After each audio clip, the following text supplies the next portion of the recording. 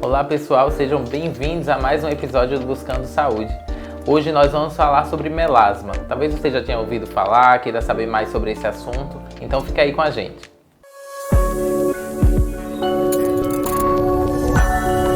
E para falar sobre esse tema, a gente recebe hoje aqui no estúdio o dermatologista Dr. Otávio Lopes. Tudo bom, Dr. Otávio? Prazer em tê-lo aqui. Tudo jóia, satisfação. Dr. Otávio, então para a gente começar a conversa, eu queria que o senhor explicasse para o público o que de fato é o melasma. Olha, o melasma ele é um distúrbio da pigmentação.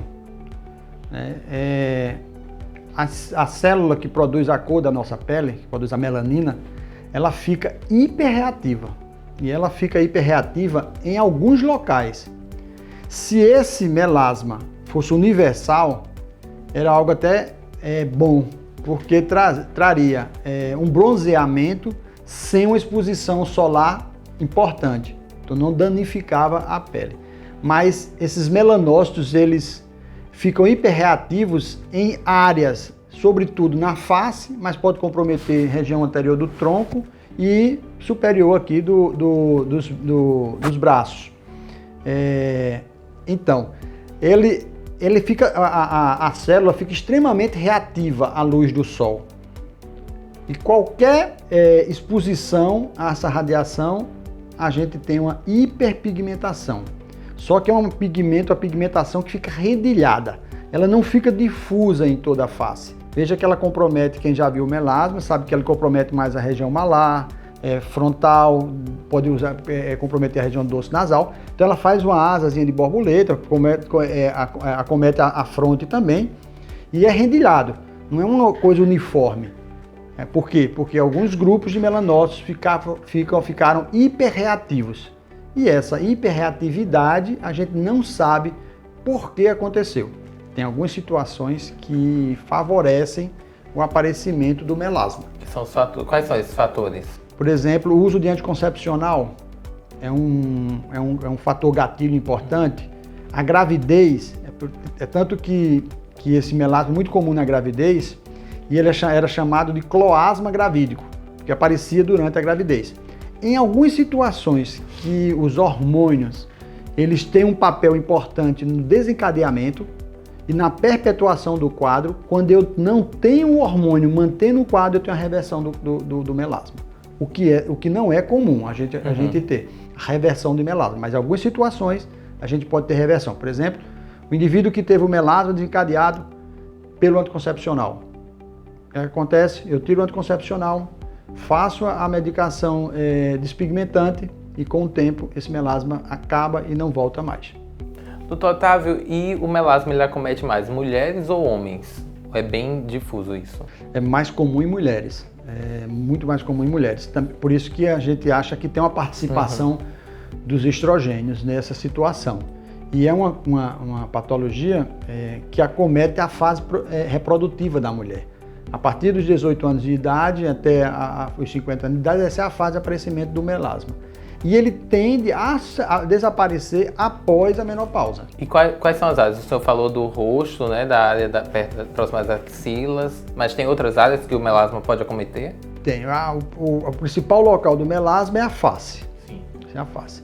Mas ele acomete também a região anterior do peito.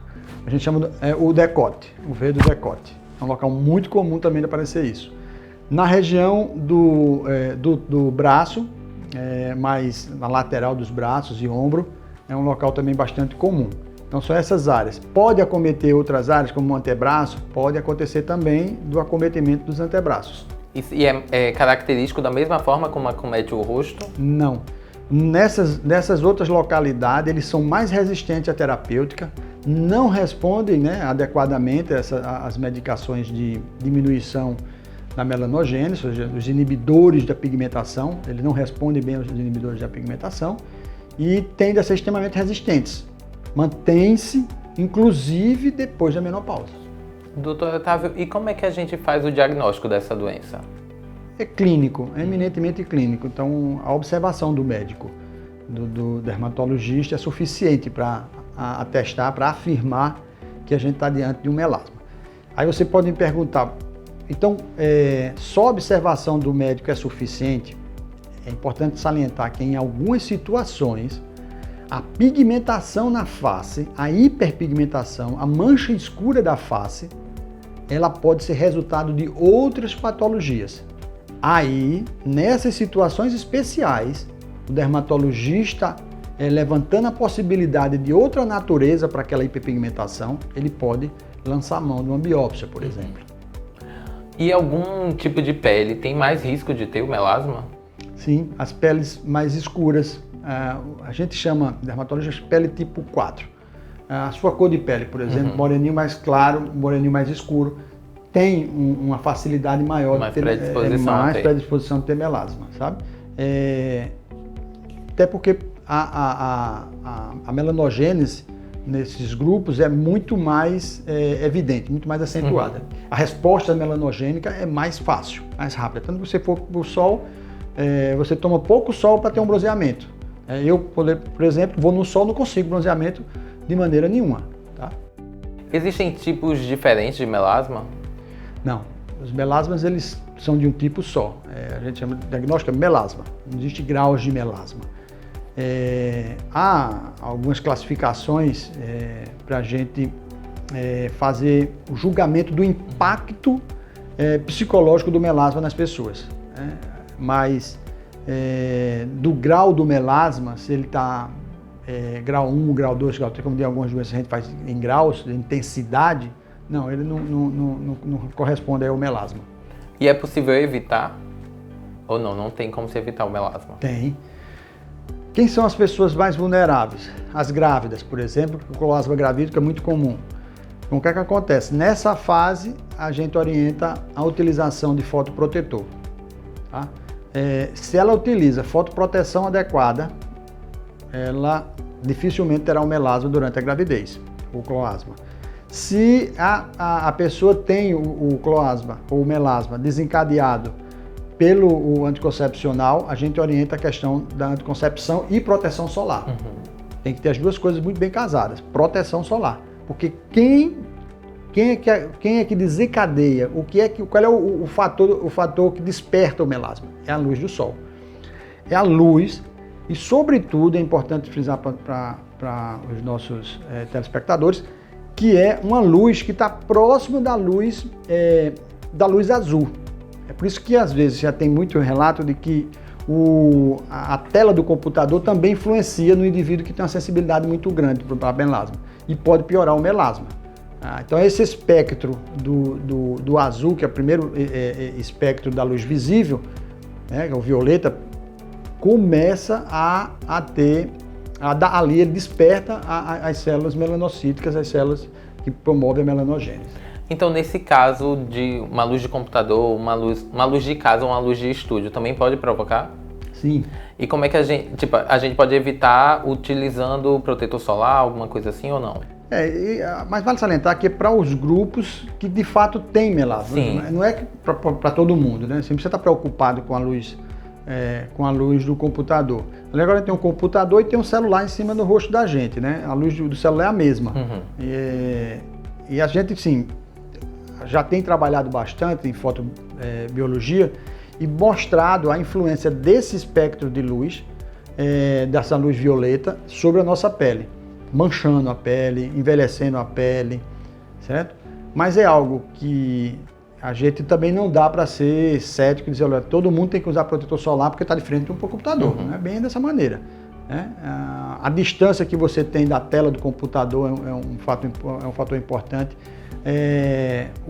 As novas telas têm se preocupado com esses tipos de filtros também no vidro, na tela dos computadores. Então, assim, a gente vai tendo cautela. Nem tanto, nem tão pouco. Não vamos achar que tem que usar bloqueador solar dentro de casa. Alguns até advogam essa tese, mas particularmente eu acho que isso não seja interessante para ninguém. Doutor Otávio, o melasma ele vai escurecendo com o tempo ou não? É uma doença progressiva? É uma doença que pode progredir, mas ele pode ser estável também. Você tem um melasma na face e sempre continuar na face. Sim. Você pode ter um melasma nas regiões malares e manter nas regiões malares a vida inteira, não comprometer outras localidades. E o que é que faz o melasma progredir? É a tomada de radiação solar sem proteção. E isso é o fator principal. A capacidade do sol em pigmentar é muito maior do que os medicamentos que a gente utiliza para despigmentar. Então eu posso estar usando um medicamento para diminuir o pigmento, mas se eu não tenho o cuidado de usar a fotoproteção adequada, eu não vou ter o efeito desejado. Então a gente tem que estar junto, fotoproteção e a medicação para diminuir a melanogênese. Tem cura o melasma? Não, é uma doença crônica.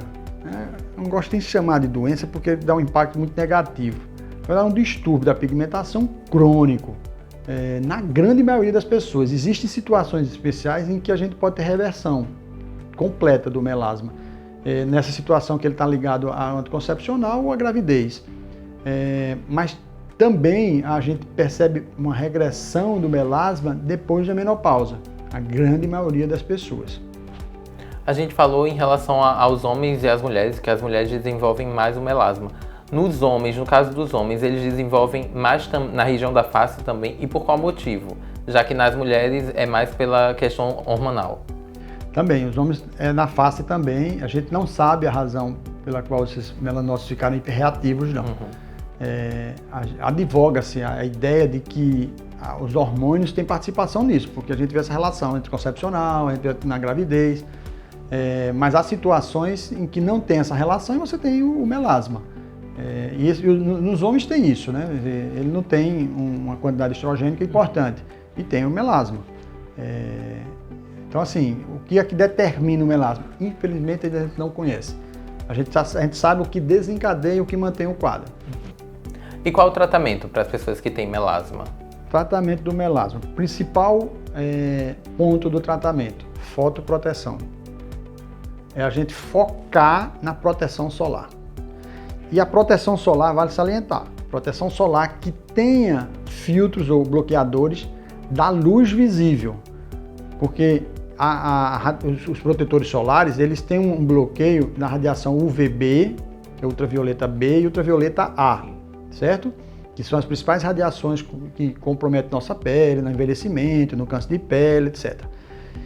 Na luz visível ficava muito esquecida, mas no melasma, em algumas outras situações também que a luz visível é importante, por exemplo, em fototoxicidade, em fotoalergias, né? Tem outras doenças que a luz visível também é algo prejudicial. Aí a gente tem que focar nela, mas no melasma eu tenho que focar nos filtros que tem a base, porque eu bloqueio a luz, parte do espectro da luz visível. Doutor Otávio, e para a gente finalizar, então, eu queria que o senhor deixasse uma dica para os nossos telespectadores. Como se proteger, como evitar o melasma? Olha, eu acho que a principal dica que fica aqui é a questão da fotoproteção, certo? Se você tem um distúrbio da pigmentação, né, lá da hipercromia, e há uma recomendação do uso do bloqueador solar, use o bloqueador. E use o bloqueador solar, aquele que o teu dermatologista te orientou, porque não é aquele que tu vai pegar na prateleira somente, porque tem essa particularidade. Eu tenho que ter um protetor solar que se adeque ao teu tipo de pele, o protetor solar que tenha o espectro de proteção necessário para tratar não só bloquear a luz ultravioleta, mas também a luz visível, certo? E o tempo de aplicação desses bloqueadores. Que o dermatologista também vai te orientar quantas vezes por dia você tem que usar o bloqueador, em que situações você precisa usar esse bloqueador de forma mais intensa. Então, a lógica do tratamento, bloqueador solar. A outra é a gente utilizar medicações que diminui a função desses melanócitos, a atividade desses melanócitos. Melanócitos que dão a cor à nossa pele. Então, ele inibe a formação da melanina. Inibindo a melanina, a gente não teria, teoricamente, o aparecimento da mancha. Então, essas medicações a gente utiliza muito, o dermatologista utiliza bastante. Então ele vai em duas frentes, na proteção solar e diminuir a melanogênese.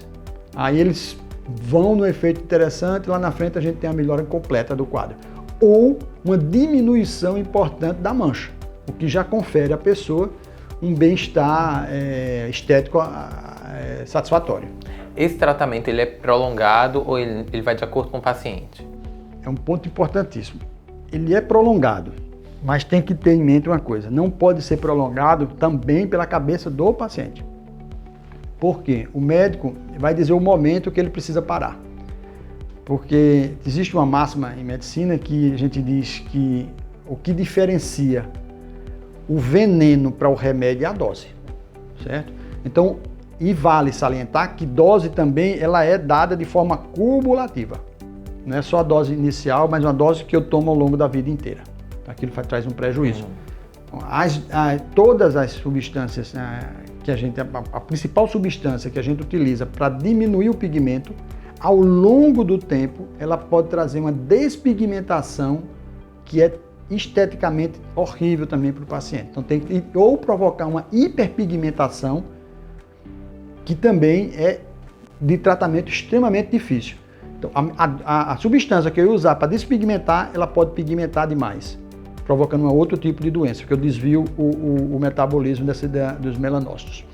Ou eu posso trazer manchas acrômicas ou hipocrômicas extremamente desagradáveis também. Então é extremamente importante o acompanhamento de um dermatologista nesses casos. Muito, muito importante, porque senão você chegava na farmácia e dizia, então qual é o medicamento que tu tem aí para mancha escura? Ele vai trazer lá, ele sabe, os balconistas sabem quais são as medicações.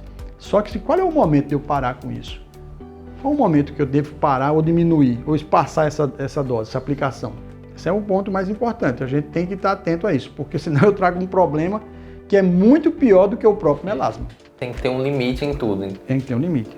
Doutor Otávio, então eu agradeço a sua presença no programa Buscando Saúde de hoje. Eu que agradeço, a satisfação estar com vocês aqui. Muito obrigado. E se você gostou do nosso conteúdo, quer saber um pouco mais sobre saúde, segue a gente nas nossas redes sociais e até o próximo programa.